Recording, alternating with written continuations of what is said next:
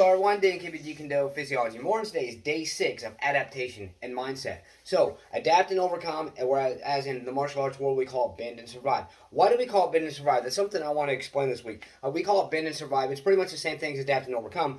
But bend and survive, when you think of it in a martial arts aspect, it is actually a little bit different concept. So think of an oak tree compared to a bamboo tree. An oak tree is strong, sturdy. You have the big ass tree branches, okay. And then a bamboo tree, it looks like it's frail and movable, whatever, flexible, things like that. It looks like it's actually going to be not near as strong as the oak tree. And to a point, if from a direct stance, the oak tree does look a lot stronger than the bamboo. However, think of this concept: an oak tree. Say you have a really big branch, and you have, say, 6 to 12 inches, a couple feet of snow that goes on that branch. Over time, that weight, because it has no give, because it's just strong and sturdy, what happens is all that weight is going to boom, boom, boom, eventually snap. That oak branch is going to snap, and then it has nowhere to go. It is done for. It is completely out of commission. Okay. However, with a bamboo tree, what happens is all that snow comes upon the bamboo tree, and it weighs it down, and it's bend. It has flexibility. So it bends.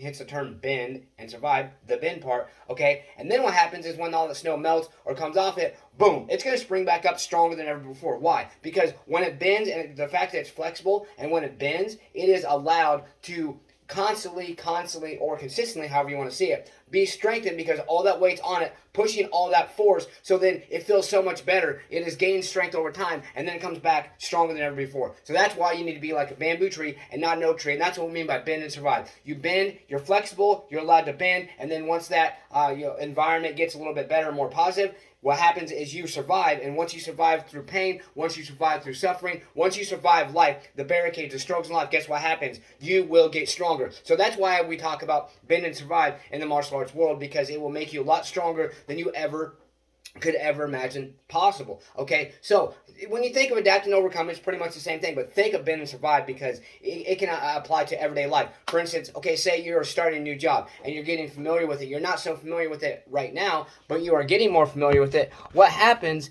is, you adapt, so-called adapt to it, but bend and survive, you bend with the process, you bend with the so-called problems or struggles in the job, and then you survive through it, and you eventually, not only will you understand it more, you will get it down. You are going to, by surviving through things, you're going to push through, you're going to push past the pain, whatever it is in life, struggles, barricades. Life in general is going to suck at times, but we must adapt and overcome. We must adapt to the proper mindset. That's why this is called adaptation and mindset, because that's where it's at. So let's get these things done. Be proactive, and remember, bend and survive, and always push yourself. Let's stay motivated, believe in yourself, believe in Kune, and believe that you deserve it. Let's get out there. Let's go. Smash, punch, kick that like button. Just don't break it. Let's get out there and do something. Let's go.